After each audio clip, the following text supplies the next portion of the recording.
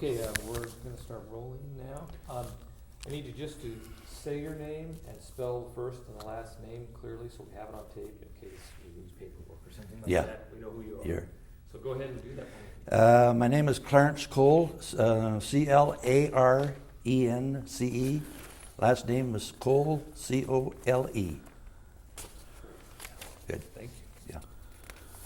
We start out, you're from Washington State originally, aren't you? Yes, I was drafted out of a small town in eastern Washington, a wheat town. What was the name of that? Wilbur. It's about 20 miles from Coulee Dam. Mm-hmm.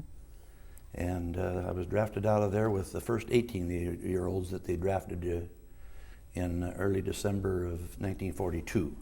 No, what were you doing in Wilbur? Were you a farmer? Well, at the time, I had been offered a football scholarship to Gonzaga University. And during the summertime, my Gonzaga discontinued football and have never played it again. And that large stadium in Spokane belongs to Gonzaga U. In other words, it's been used by the Huskies and the Cougars on many occasions. The Joe Albee Stadium in Spokane. I got drafted out of eastern Washington. That's where we ended up going to play our football. And second week, approximately, of the basketball season, I got my notice. So when 1941, December 7th, where were you at? I was still in school. I was at December 7th. I was just getting started in my senior year of basketball, high school. Do you remember So, that? see, I graduated in end of May, 42. And it was that fall that I went to Eastern, and then I got drafted out of there. Do you remember the Pearl Harbor Day? Oh yes, yeah. I have a 2-year-old brother that graduated in 40, and he and his best friend volunteered for the military at that time.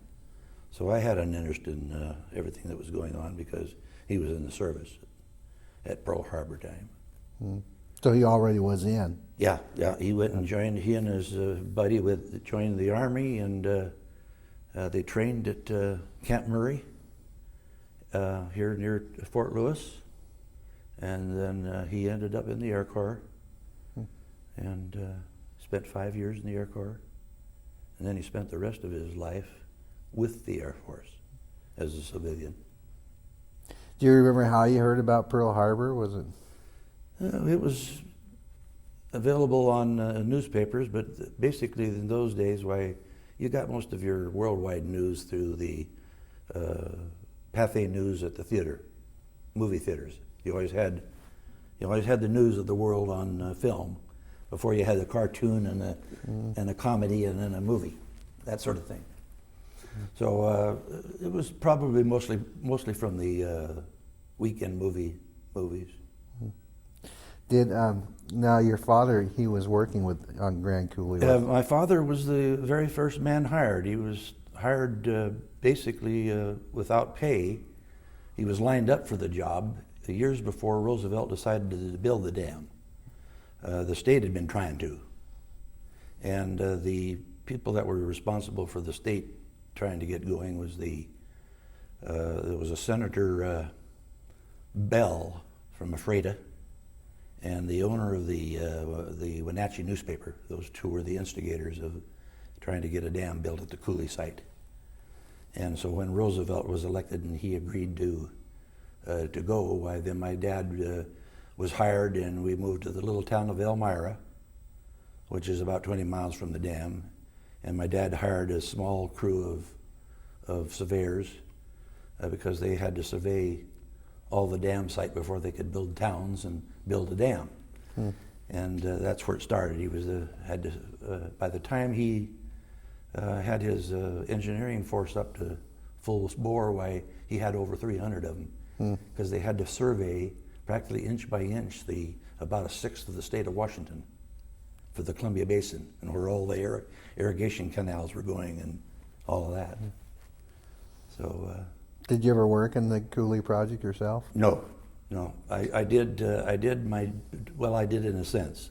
Between my junior and senior year, I lied about my age, and the state patrolman in Wilbur, where I was living then, was a friend of my dad's, and he gave me a driver's test, and put my age down as 18 so that I could drive the Military Department of Interior station wagons that had survey equipment in it. And I worked as a rodman that summer on running the profile, which is just running a straight line from Coulee Dam to Spokane, where the power lines were going to eventually be, over the gullies and that. So I did work for that a little bit. So the State Patrol helped you out there. Yeah. It was two Antonsich brothers that had been all-coast basketball players for the University of Washington, big fellas. And one of them became president of the Martin Fischler Company, which was fish plugs and that stuff. And his other brother was the state patrolman over there in the Coulee area.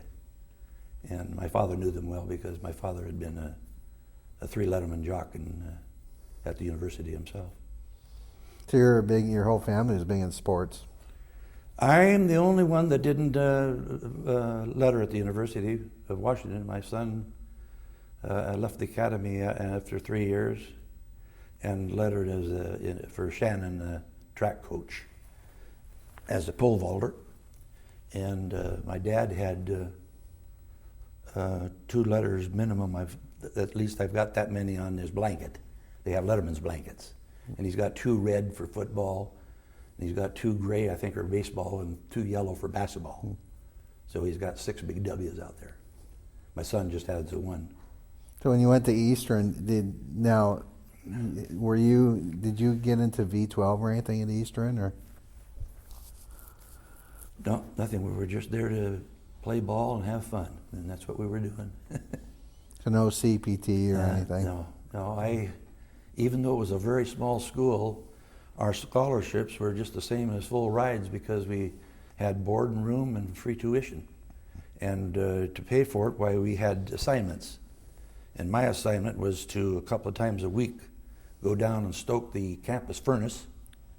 And then a couple of times a week, I'd spend a couple of hours each day polishing brass at the library. So that was my method of paying for my education. So all scholarships were like that? Yeah. Did the, now you were registered for the draft when you went into the Eastern, right? Oh yeah. I was picked up right out of the draft, and there was myself and 2 other boys drafted from Wilbur at the same time. Most of the classmates of mine were exempt because they were running farms, and these 2 were both city boys, and there wasn't that many. But anyhow, there were the 3 of us. We had to go to Spokane and take tests, get clothed, and then they shipped us out of there for Fort Douglas, Utah, which was a reception center. In other words, at this particular stage, we didn't know where we were going. And down there, they determined whether you were going to be in the Navy or the Marines or the Air Corps or the Army. And I ended up on a train heading for Mississippi to become an Air Corps. And that's how that started. Did they test you, or how did they pick? They took tests for several days to determine what you were going to be, what branch of the service you were going to. After we came into the Air Corps and went to Mississippi, a place called Keesler Field, we took more tests there, and there the Air Corps determined what you were going to do for an occupation. And I was scheduled to become a radio operator gunner. And after finishing the basic training, which was where they made a soldier out of you, drill and extended order and all that, hiking, I went to radio school in Chicago. And that was a real nice place for duty because we were located right on the Michigan Boulevard with a lake right there. And we were in what had been the largest hotel in the world. And it was called the Stevens Hotel. And it's well recognized today as the Conrad Hilton. It's reported to have enough rooms to slip in a different room every night for 10 years. In other words, well over 3,000. It was our barracks and our mess hall. The ballroom was, needless to say, our mess hall, and the rooms were where we lived. And we had another hotel that the Air Force had bought about a block down the street, and that became our radio school, where we did the dot dash, which you had to do at that time for one of the occupations aboard a bomber. Did the government take the hotel and put military bunks in, or what was it like? It had regular bunks in it, but it had the regular rooms and carpeting on the floor and the bathrooms. Very elegant. Very elegant quarters. There were 3 of us to a room. And so there was 3 of us that had to take care of our own bathroom, just like the whole barracks would have to take care of a latrine. We took care of our bathrooms and kept things top notch. When we finished radio school, we were supposed to go to Gunnery School.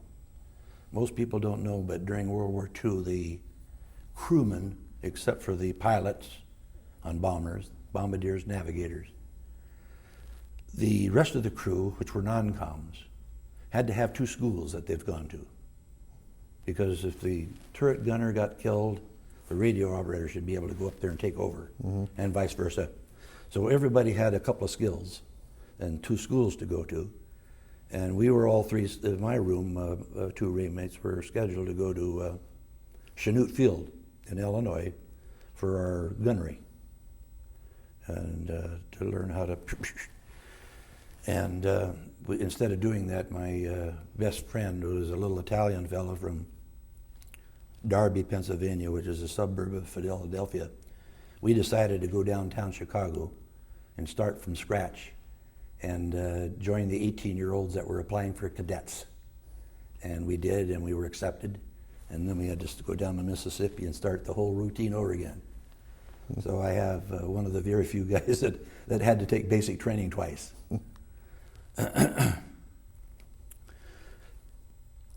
After basic training, we had a stint at college. And my stint at college was at Penn State College, Pennsylvania. And that was nice duty.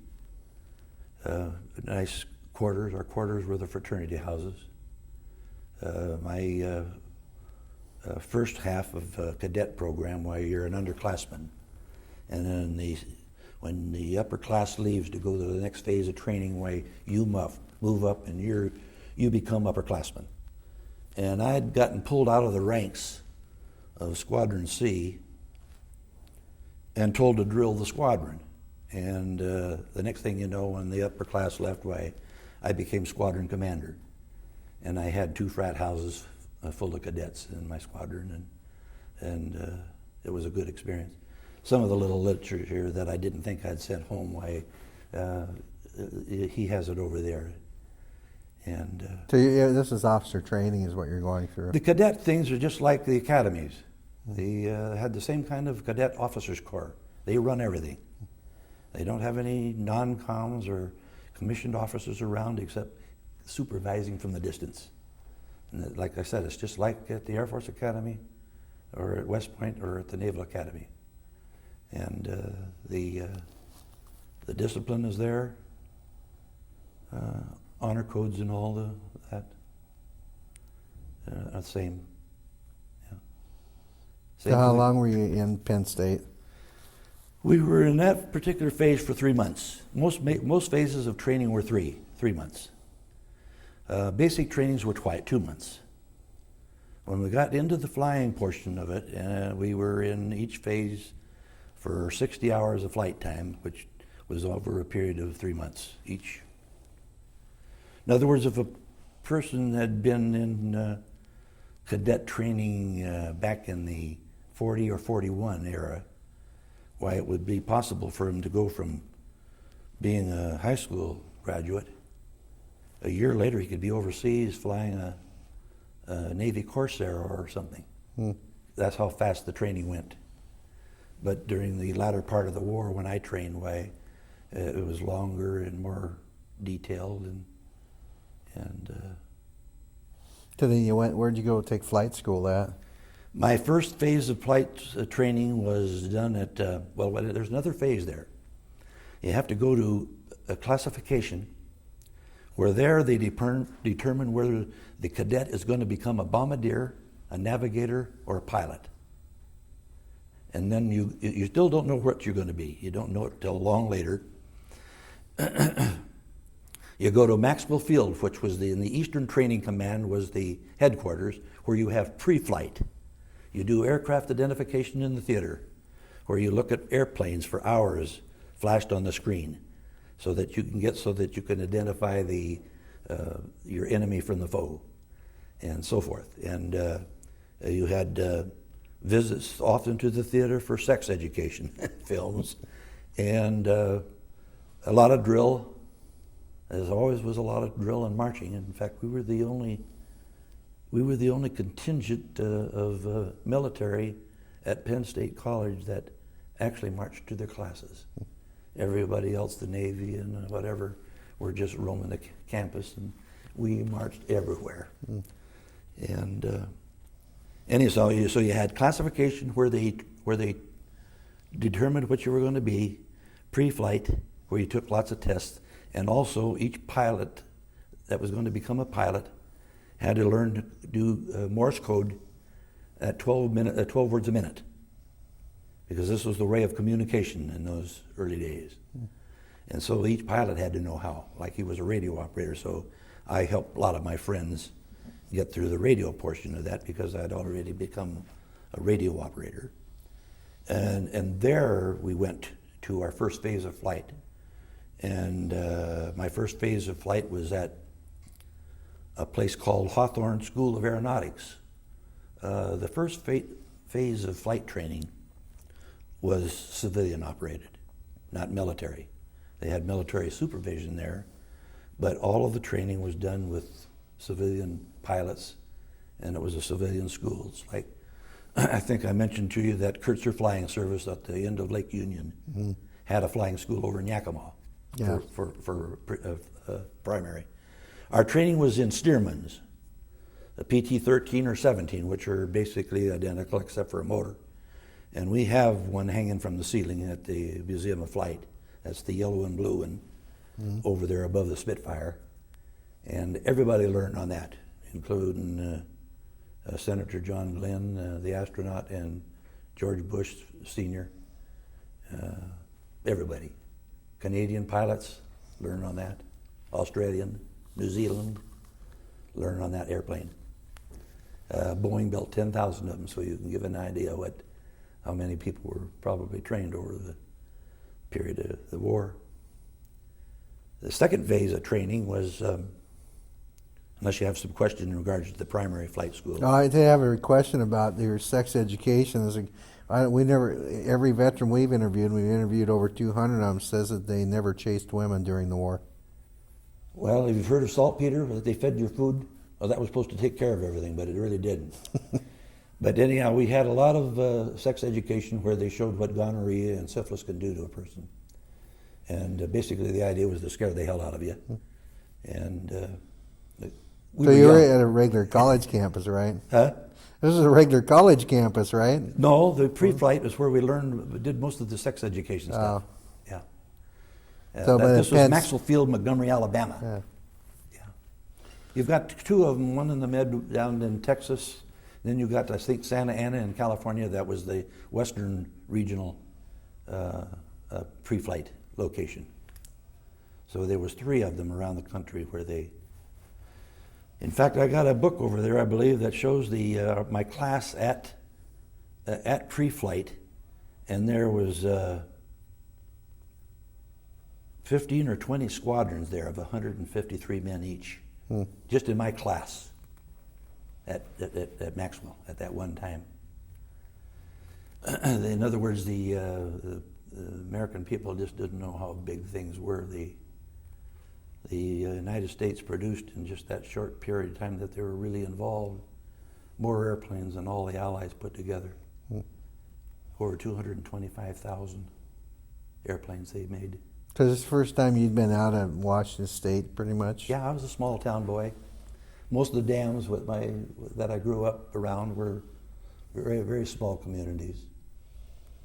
I was born at Lake Stevens, which is up near Everett, in 1924, and my father commuted to being the chief field engineer of the dams on the Skagit, Diablo and those dams. And then we finished that. We went to the first dam on the Columbia River, which is near Wenatchee, about 6 or 8 miles from Wenatchee, called the Rock Island Dam. And I remember going to kindergarten there. That's about the first thing I remember much. And then anyhow, I grew up around dams. And, That must have been during the Great Depression, was it? yes, during the Depression, there was no dams being built, and my father had to work for a couple of years as a mining engineer. And then when they started the Coulee Dam, like I said, we moved to Elmira. I had my 3rd and 4th grade there. And I've got a photo, I think, in that bunch over there. You still wanted me to bring a couple of things that were pertaining to my bringing up. There's a picture there, a small one there, of me leading the parade in Spokane. They had me dressed up like an engineer, and President Roosevelt came, and they opened the bids for the construction of the Low Dam.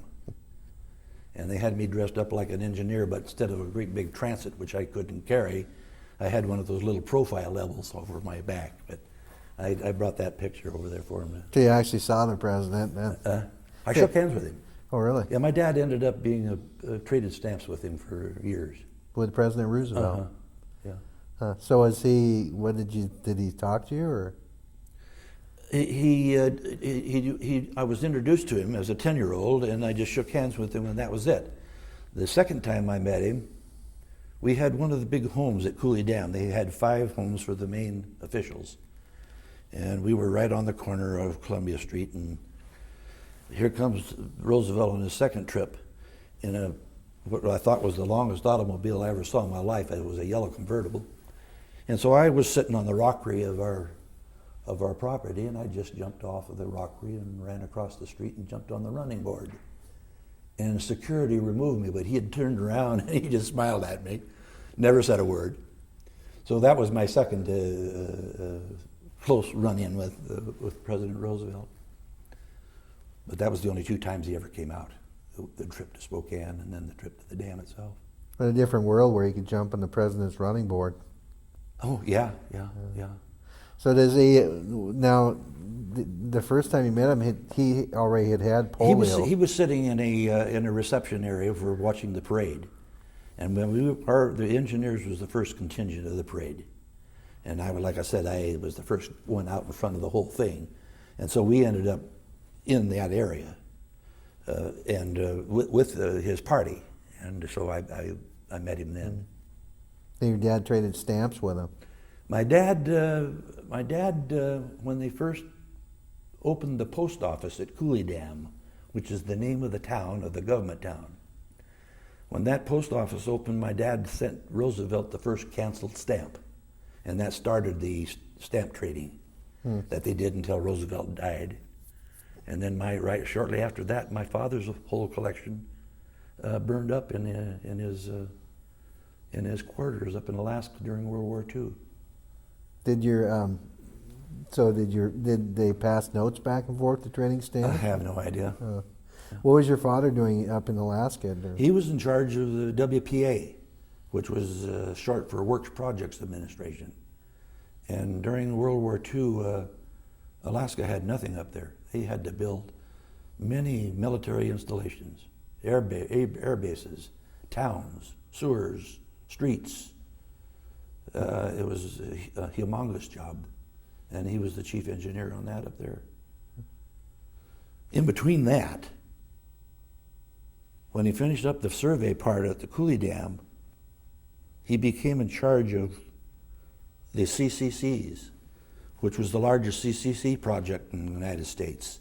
There were 3,000 men involved in clearing of what is now called Lake Roosevelt. In other words, what had originally been the riverbed is now a 100 and some mile long lake clear up into Canada.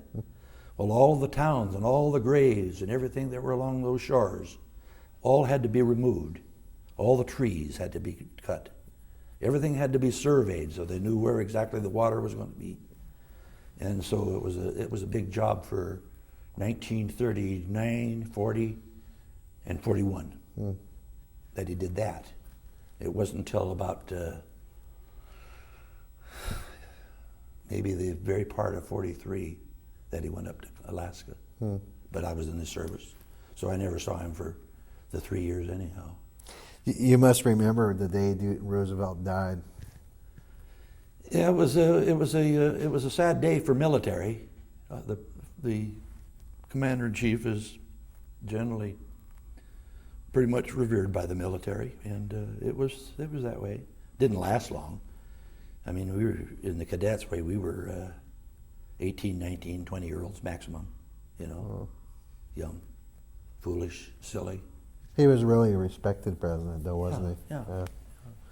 That's funny. So a lot of people we talked to, they some of them remember where they were when they heard about Pearl Harbor. But the one thing most everybody remembers is they bring up is Roosevelt's death. That he was, and I think in today's age, that maybe we don't respect our presidents as much.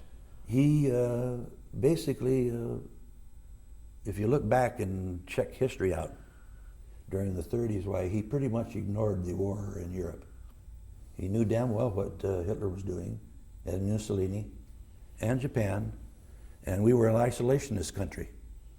And we didn't do a thing until we were attacked in Pearl Harbor.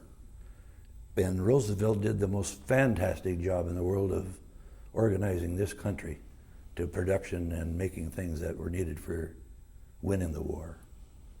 Never before anything even come close to the production that took place in the United States.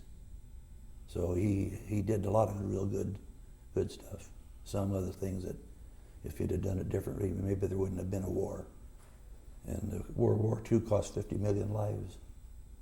So it's hard to say how things would have gone if there'd been some backbone amongst the major nations at the time. In other words, at the time that we were attacked at Pearl Harbor, we had shiploads of steel passing their fleets coming to attack us, heading towards Japan with stuff to make more armor for the Japanese. So we weren't very smart. Do you think that Roosevelt sort of engineered our entry into the war, or?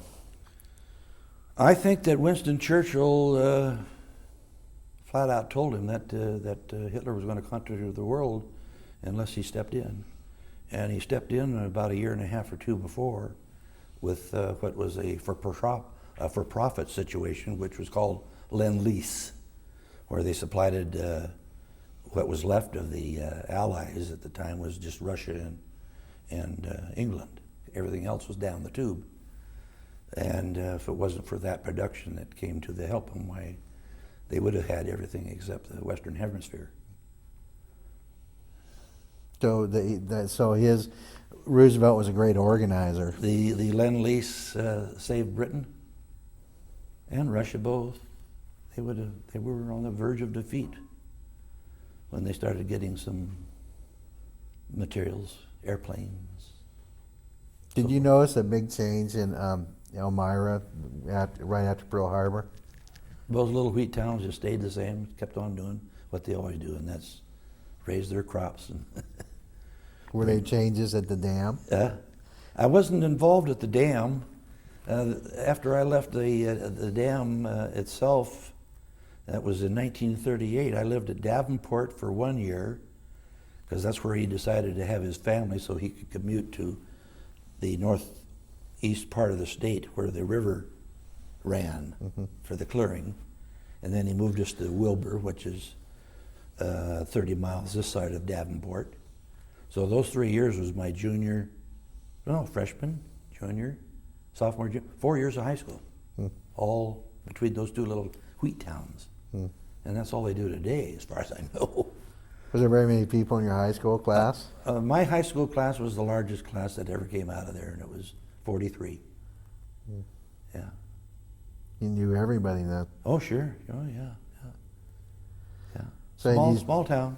You had seen people go off to the military before your turn then, I take it. Yeah, but not very many, because like I said, these wheat towns, they're all, so many people had the exemptions because the farms had to keep on producing wheat, and the farmers' sons had to drive the cats or drive the trucks, or run the combine. They had work that they had to do. And the few civilian kids were the ones that got drafted, the town kids. Hmm. Must not have been a very big, must have not been a lot of town kids, I would think. When I got accepted for cadets, I left home and they gave me a week. And it took 5 days of that to go by the Empire Builder Railroad home and then back again. So I was home for 2 days. There was only one boy there in Wilbur, home on leave from the whole farming community in town. And the peculiarity of it was that he was in a class about 5 or 6 years ahead of me. And in those days, why young men that were out of high school 4 or 5 years had taken on the appearance of being old men. And anyhow, we did go out and have a couple of drinks together. And I go back to Chicago to report back to duty after my 1 week is up. And I run into him on the street in Chicago. That's how small the world is. You had 9 million people, and I run into this one kid that was on vacation at the same time. You hear about things like that. We interviewed a man who was one of the first 12 helicopter pilots in the United States, and he was in the Pacific and the Philippines, and his helicopter, he did the first medical evacuations, and his helicopter had crashed, and he finally had to march out with a group, a squad. And he's marching out, and here comes this group of guys marching the other way. And as the guy goes by, he says, "Hey, such and such high school." And he looks, and there's a guy from his high school. And they passed, and they said hi, and then out in the middle of the Pacific. Yeah. Did I tell you on the phone about my son being a bagpiper? Oh yeah. And then at Robbie Burns' deal several weeks ago. Yeah, what was that? On Vashon, we went to a Robbie Burns dinner, and they had a piper there from the Tacoma men's pipe band, and he was at an age where I thought maybe he might have known my son, because my son played for about 5 years in the Seattle Boys pipe band. And he says he didn't know him, but he says he knew the two Ironsides boys. And I told him that my son, on his rehearsal for his wedding dinner, we had Angus Ironside play the pipes.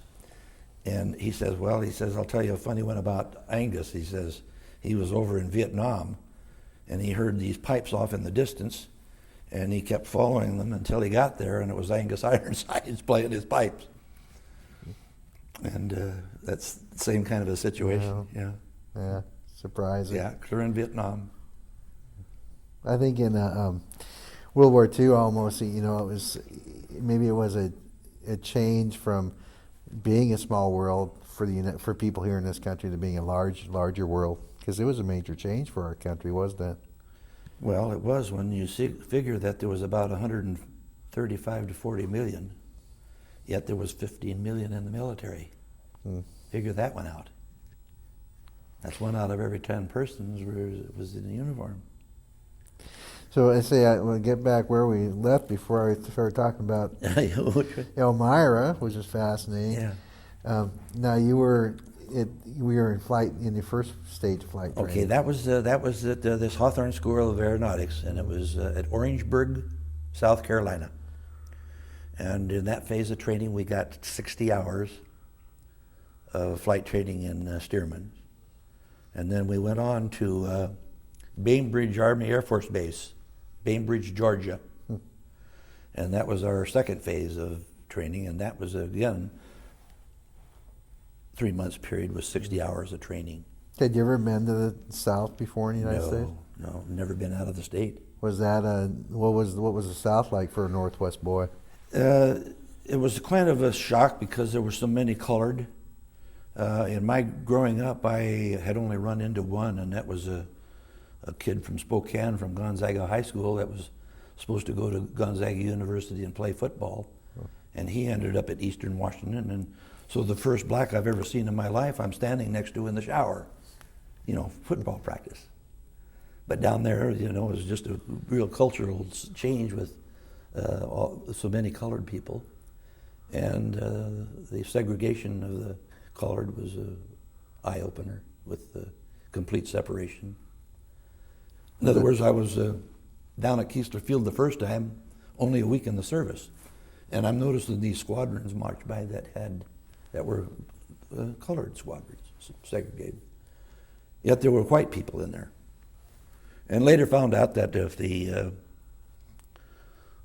birth certificate of the individual had any fraction of colored blood, why he was automatically a Negro in the segregated squadrons. So you could see people with blonde hair and blue eyes marching by. Mm. And that always, you know, from a little farming country, that was kind of a shock. And anyhow, that was the biggest thing, of the colored being told to get in the back of the bus and some of that stuff. Yeah. So is that you never experienced that type of? Nothing. When like I said, growing up to 18-year-old and never having any encounter with a black person of any type. I mean, they weren't in any of those wheat towns over there. So did that sort of a lesson, I guess, in life and people? You must say, my time in the military, I always thought the biggest lesson was about meeting people, because all of a sudden you met people from all over the country and the world. Yeah. So did that experience with being down the Deep South, is that something that stuck with you with lessons later in life? Or? Not a whole lot, except that I had a better understanding of the racial discrimination and segregation, what have you.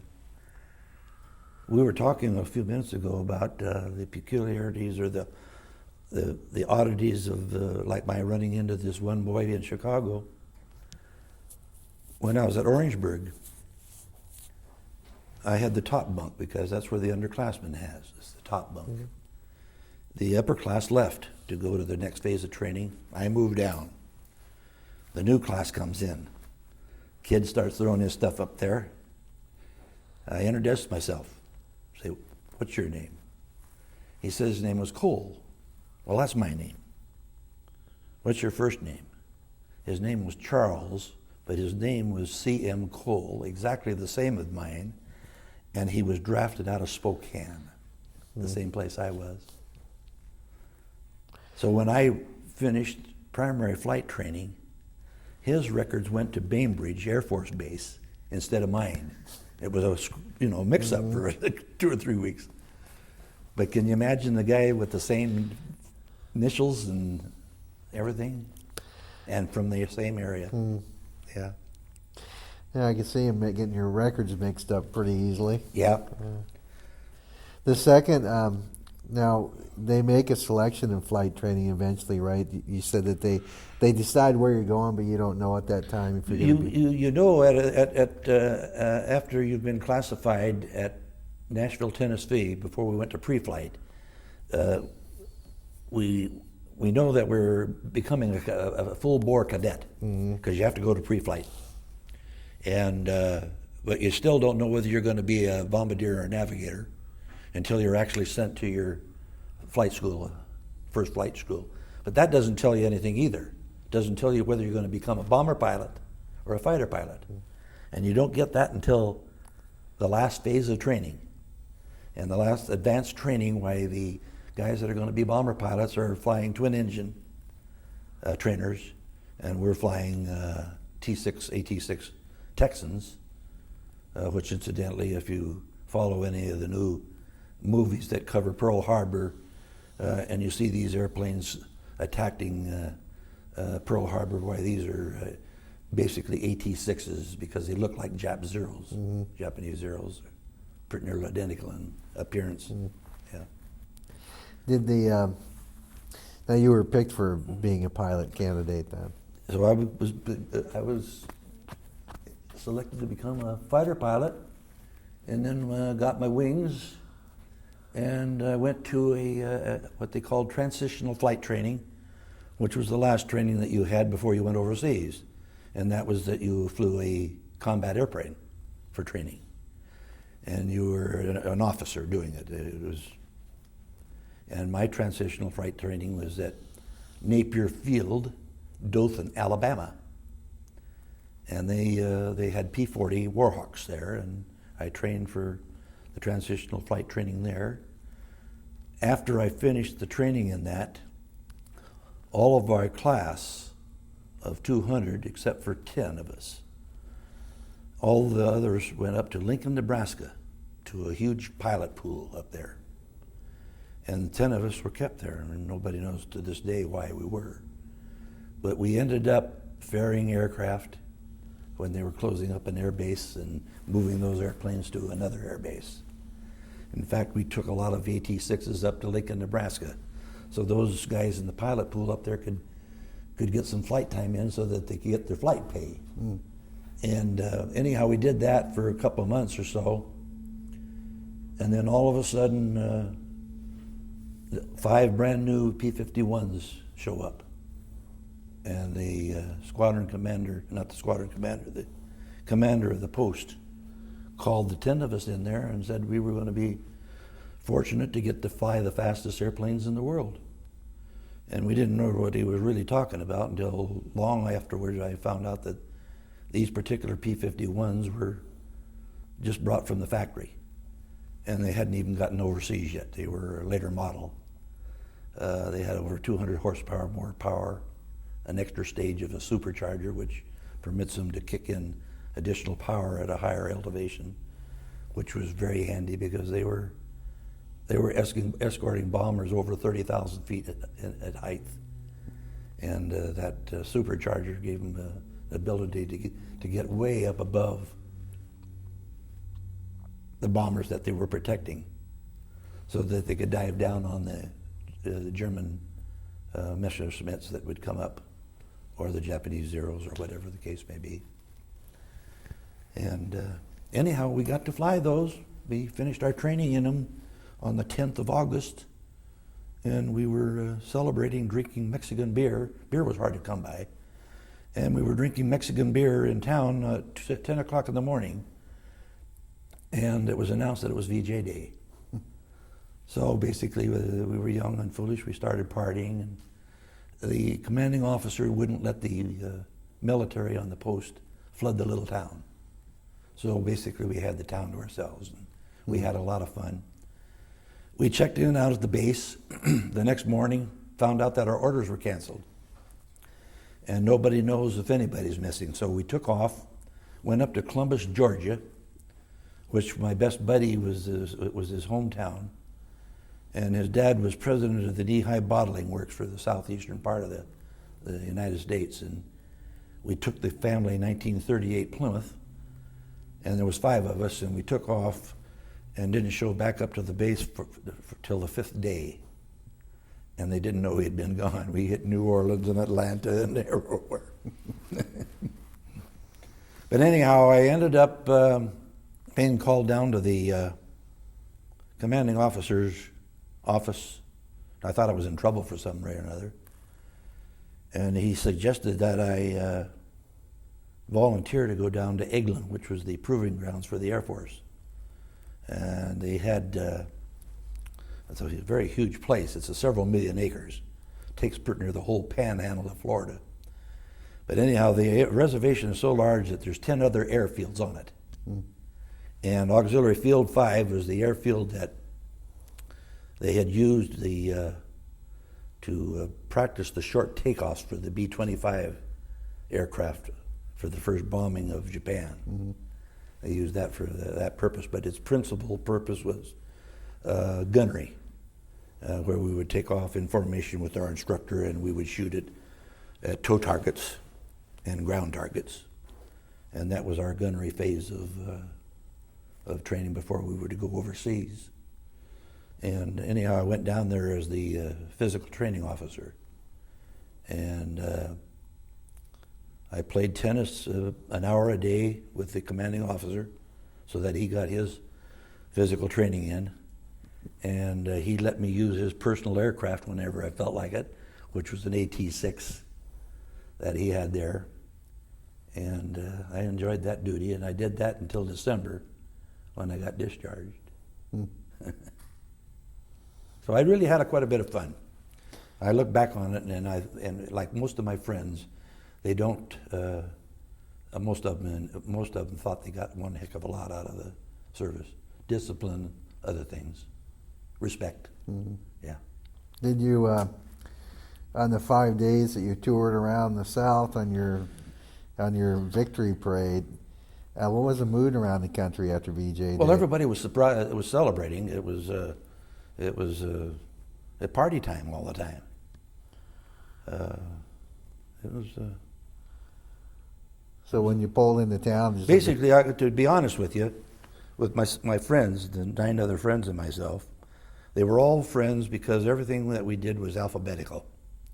All through training, we were quartered together. All either B, C's, or D's. Mine's C. And all of my friends that are alive today are all C's and B's, no D's. But their last names are either one. One of the 10 that I'm telling you about is Noel Cessna of the Cessna Aircraft Company. And anyhow, we were really close friends. And we're starting this last couple of years since I started reaching them through the computer.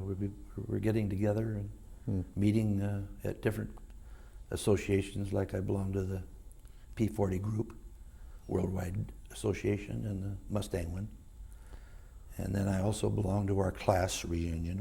There's some. I was in class 44K, and the K is just November for A, B, C, D. January, February. In other words, if it had been graduated in February, it would be B. So that we had an alphabetical letter for the class. to those friends, the special type of friend, the people that you're in the service with, or? Most of my friends were a little bit behind me because I had been in the service as a draftee first. These guys, almost all of my classmates, were right out of high school. So I was basically a half a year or so older than they were. And as far as being, my size was 5'9", it's about 5'7.5" now.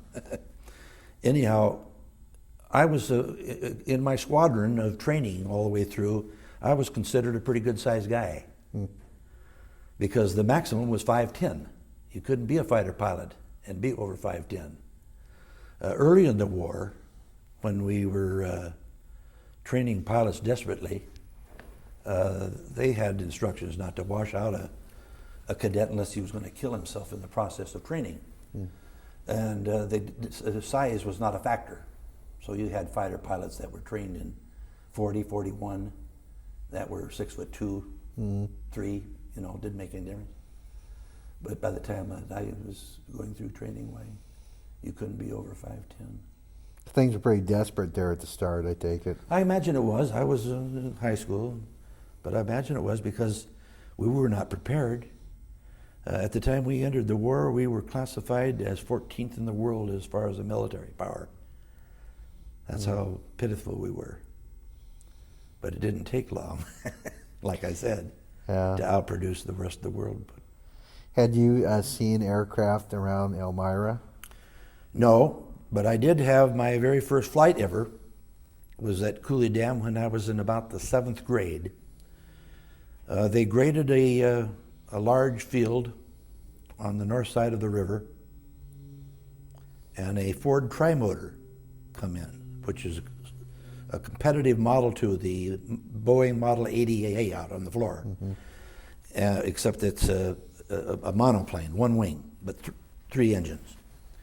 And they were offering rides for about $1.50 for 15 minutes, and people could go aboard the plane and look it over and so forth. And my best buddy and I went in there and we locked ourselves in the biffy.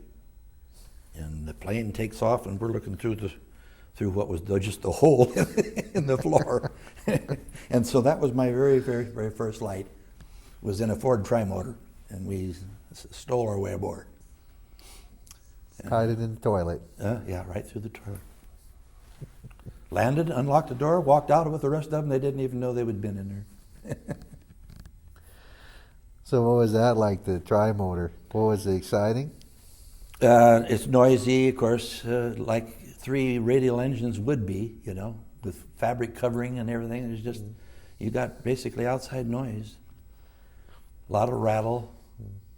Did you know you wanted to be a pilot then? No, I had no inkling. Even when I was drafted, I had no inkling that I was going to become one. It's just a matter of circumstance. that I became a... Well, you got to do everything in a small town. You got to fly in a tri-motor. You got to meet the president of the United States. An awful lot of my friends that were flying as cadets had really been gung-ho about flying all their life. I made some model airplanes like most kids did, but I mean, I wasn't dead set on becoming a pilot. Did the what did you think about the use of the atomic bomb when you heard about that? Well, I didn't give it an awful lot of thought, except the war was over. And we were young, and to be honest with you, there wasn't any of the 10 of us that wasn't a little bit disappointed because we weren't going to get to go over there and shoot up the Japanese railroads and stuff. But anyhow, there's no doubt in my mind that if we hadn't have dropped them away, there would have been millions and millions of Japanese lost and hundreds of thousands of Americans, because the Japanese would have fought to the last inch if we'd had to invade that country. And so I owe my life to the fact that they drop it, because if I'd have been a fighter pilot for 2 or 3 years of a combat over there, why, my survival rate wouldn't have been all that great, you know. Did you, and you did not pursue a career in the military? No. On second thoughts, I regret it. When I got my orders from Napier Field to come home and go down to Portland, to the Air Force base there at Portland, and get separated. And it was kind of a bravado thing. The guys at the desk were asking the guys if they wanted to sign up for the reserves. And we just, as a bunch of, the bunch I was with, we just, oh, heck no. And I heard from the military for a couple of years, periodically, about once every 6 months. And then I never, ever heard from them again. But half of my body of 10 guys stayed in the reserves and fought in Korea, and a couple of them even fought in Vietnam. Yeah. The experience of World War II was a valuable thing for you, you think? Yeah, I think it made a men out of a lot of boys, about what it amounts to. Really did. Did you utilize GI Bill after you got out? Yes, I finished out at the University of Washington, and I'd gotten the credits from the Eastern, and I'd gotten, I forgot what credits I got out of Penn State College in the Air Force, but I got the equivalent of about at least a half a year of credits, and so then I finished out at the University of Washington. Was that the GI Bill was it changed the United States as much as the war did, didn't it? Well, they flooded the University of Washington. The University of Washington was around 12,000 enrollment, and then the military dumped millions of men back into the stream, you know. And they had a special semester for returning vets at the University of Washington. It was a short, concentrated semester, and there was. From 12,000, it went up to 15,000, just like that, with returning veterans out there. So that happened all over the country. Yeah. So the semester was just to bone you back up in math and read. Why it was a highly concentrated semester that instead of lasting a third of a year or whatever it was, why it lasted like a quarter, little, you know, couple of 3 months instead of the 4. A semester is basically 2 semesters is a work year. 3 semesters would be entire year. Did were you married at this time or? No, didn't get married until 1951. Did you have anybody in Elmira writing you letters? Any women? No, my hometown at the high school age was Wilbur. Elmira was just those first 3rd and 4th grade. Before the government had time to build a town down there. If you've ever been to Coulee Dam, that whole town had to be built before the engineers could move in, and they had to commute from Elmira or Wilbur or wherever. And that was a lot of fun, though. All of us kids were. Our fathers were engineers, so we had a lot of engineering know-how. If we wanted to build soapbox derbies, why, we had the best. And when they were building the town, we moved into one of the first houses. It wasn't the one that they were building for my dad, but it was one of the first bigger homes. And we moved into that, and there was building materials every place. And with our dad's help and everything, why, we built clubhouses using these materials. We studded them, put shingle roofs on, we lathed them inside and plastered them. In other words, we did the whole bit with all these materials because they were just there for the grabbing. And so that was fun. Must have been quite something to build a town from scratch. Yeah, it's really a beautiful town now. All of those things. There was nothing there when I first saw it except sagebrush, tumbleweeds, black widow spiders, rattlesnakes, scorpions. Nothing. One of the interesting things that should be written up, and I should write a book about it because I was at the very beginning to the end of the dam, was that the government had purchased the north side of the river from a guy named Osborne.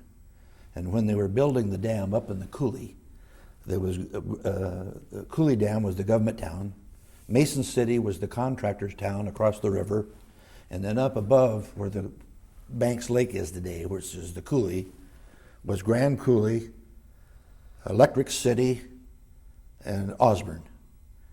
And they named this little town up there after this old timer that had the land across the river.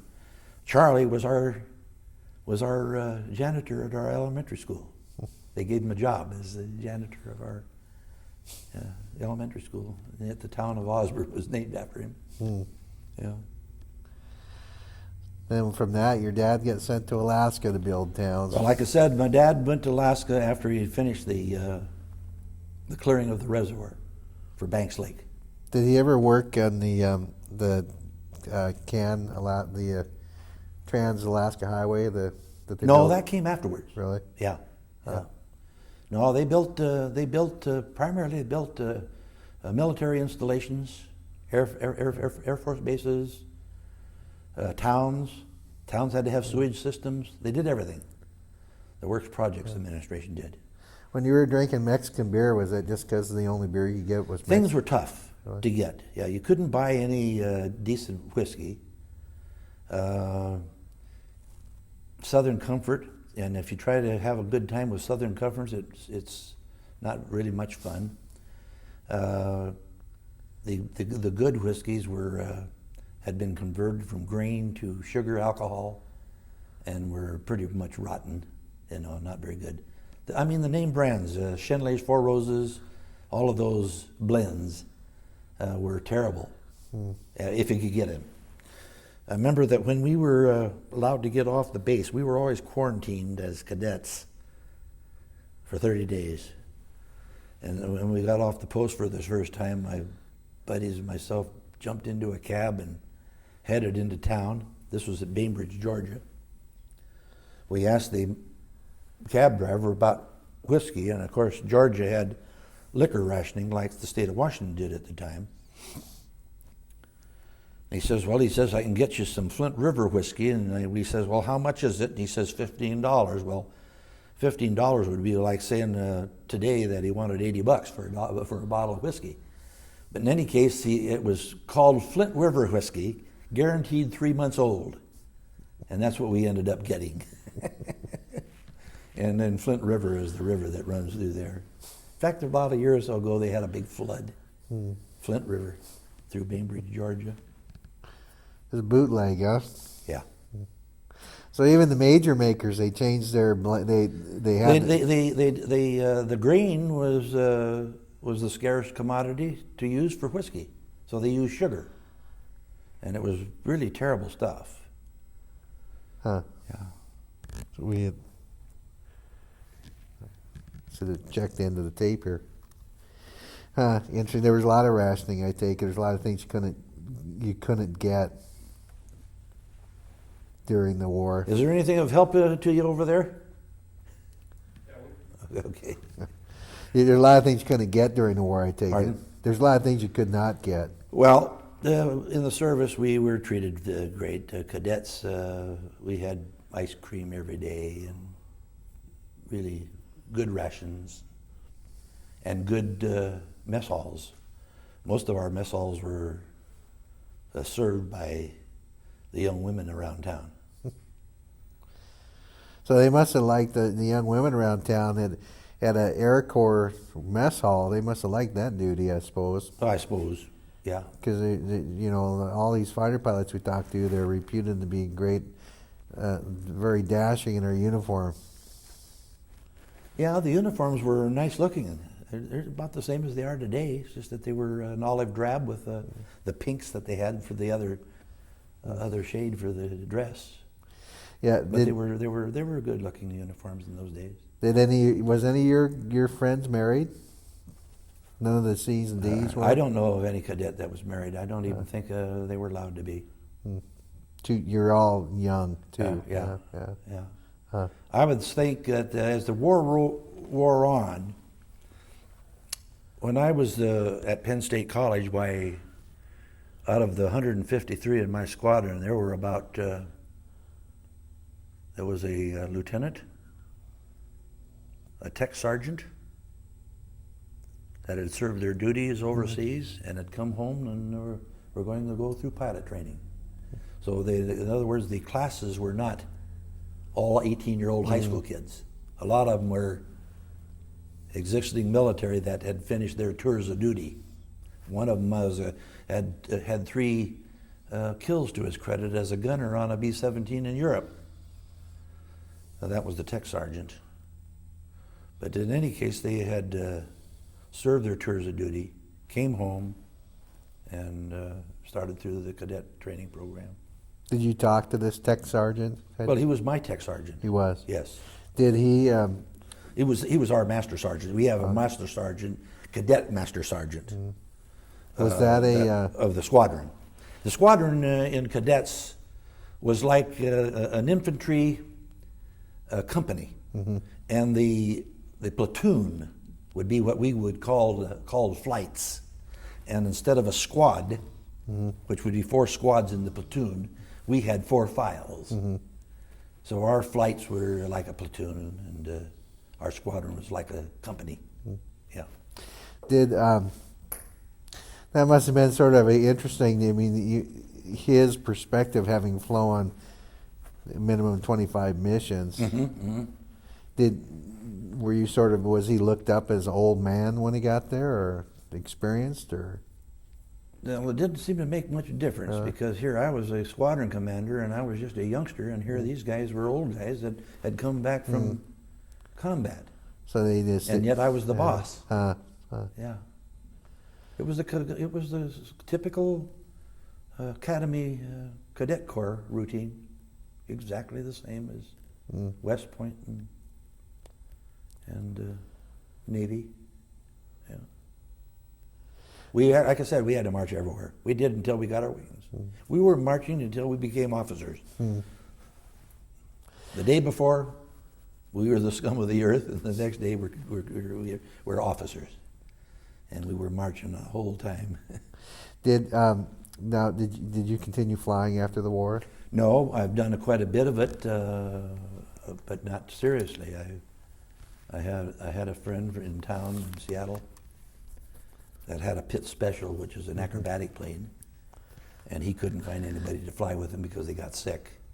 So I flew with him quite a bit. And then I had a son-in-law that was with the Air Corps, and he was assigned to Boeing on the SAC contracts, not SAC, the intelligence planes, you know. Yeah. They were building the last few years. They've been building the Japanese contract, and he was on that. But he was a tech sergeant, and he had learned to fly in Alaska on his own, and he became an instructor and taught civilians up there on weekends, and now he's out of the service, and he's a first captain for Sky West. So his next step will be into 737s and so forth. One last question here. When you the flag, is that important to you as a symbol? The what? The flag. What do you think when you see the flag? Well, I think of the thousands of people that died to protect it. And when I think of the courts allowing it to be spit on and burned, I become quite furious. Thank goodness I'm as old as I am. I'd probably cause trouble. Well, I think all of us probably cause trouble, but we just don't want to get in too much trouble with the law. Yeah. Yeah. Well, it's been very interesting, especially about Elmira. I was fascinated. I think it's been Yeah, the little town is, none of those little towns in the wheat area are any different than they were before. But all of them, the little towns that were on the edges of the wheat area, where it was almost desert, like Quincy, Othello, some of those areas where it was scab country for farming. And those towns with the agriculture